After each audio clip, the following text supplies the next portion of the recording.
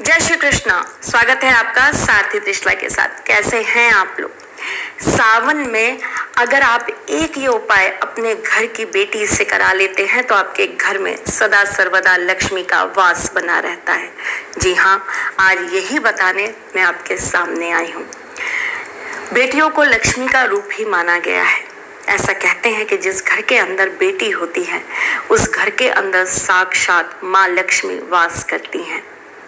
बेटी किसी भी रूप में आपके घर में जब भी आती है वो आपके घर में हमेशा बरकत ही बढ़ाती है। आपके घर में जब कन्या पैदा हो तब भी कहा जाता है कि लक्ष्मी आई है। आपके घर में जब बहू का आगमन हो तब भी कहा जाता है कि लक्ष्मी आई है, यानी कि एक स्त्री को हमेशा लक्ष्मी के रूप से ही पहचाना जाता है। पर आज मैं आपको जो उपाय बताने वाली हूँ वो आप अपने घर की लड़की से, अपने घर की कन्या से जरूर कराइएगा। ऐसा करने से उनके जीवन में भी बरकत रहेगी और आपके घर में भी हमेशा धन धान्य और माँ अन्नपूर्णा का वास बना रहेगा। कुछ नया बताने से पहले मैं आपको ये तो बता दूं कि मैं आपकी वही पुरानी एस्ट्रोलॉजर हूँ, वास्तुशास्त्री हूँ, चेहरा भी पढ़ती हूँ, आवाज भी पढ़ती हूँ और हाथों की लकीरें भी पढ़ लेती हूँ। आपकी सारथी हूँ, इसलिए आपको जीवन का कुछ नया, अलग और अद्भुत ज्ञान देने चली आती हूँ। जिस घर के आंगन में बेटियां चहकती हैं, महकती हैं, उस घर का आंगन हमेशा खिला खिला रहता है। जिस घर की लड़कियां हमेशा खुश रहती हैं उस घर में कभी भी किसी चीज की कमी नहीं आती है। कुछ नाम के अंदर भी ऐसी बरकत होती है कि उस नाम वाली लड़कियां हमेशा अपने पिता के लिए भाग्यशाली रहती है। इसके बारे में मैं आपको फिर कभी बताऊंगी। आज मैं सावन में आपको एक ऐसा उपाय बताने वाली हूँ जो आप अपनी बेटी के हाथ से जरूर करवाइएगा। यह उपाय आपको करवाना है शुक्रवार के दिन। आपको एक शिव मंदिर में जाना है। अगर शिव मंदिर में ना जा सके तो अपने घर के मंदिर में ये कार्य करिएगा। गुड़ का पानी आपको शिवलिंग पर चढ़ाना है। घर में शिवलिंग ना हो तो बर्फ के शिवलिंग बना लीजिएगा और उनके ऊपर चढ़ा दीजिएगा। उसके बाद एक लाल कपड़े के अंदर आपको लाल चंदन की एक लकड़ी लेनी है, वो रखनी है। उसके ऊपर आपको एक चांदी का सिक्का रखना है।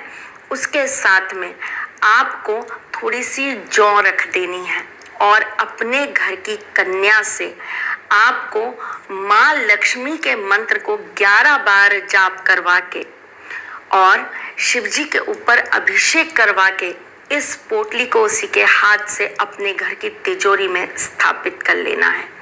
अगर आपके घर की कन्या शादीशुदा है तो आप 2 पोटलियां बनवाइएगा। एक आप स्थापित करिएगा और एक लाल रंग की चुन्नी में अपनी बिटिया को उसके साथ ले जाने के लिए दे दीजिएगा।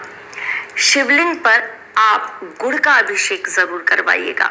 ऐसा करने से रिश्तों में मिठास रहती है, घर में बरकत आती है, माँ लक्ष्मी का आशीर्वाद बरसता है और साथ ही साथ जीवन के अंदर प्रेम का रस हमेशा बरसता रहता है। अपनी बिटिया के हाथ से आज के दिन आप आम जरूर दान करवाइएगा। ऐसा करने से आपके घर के बड़े से बड़े दोष दूर हो जाते हैं।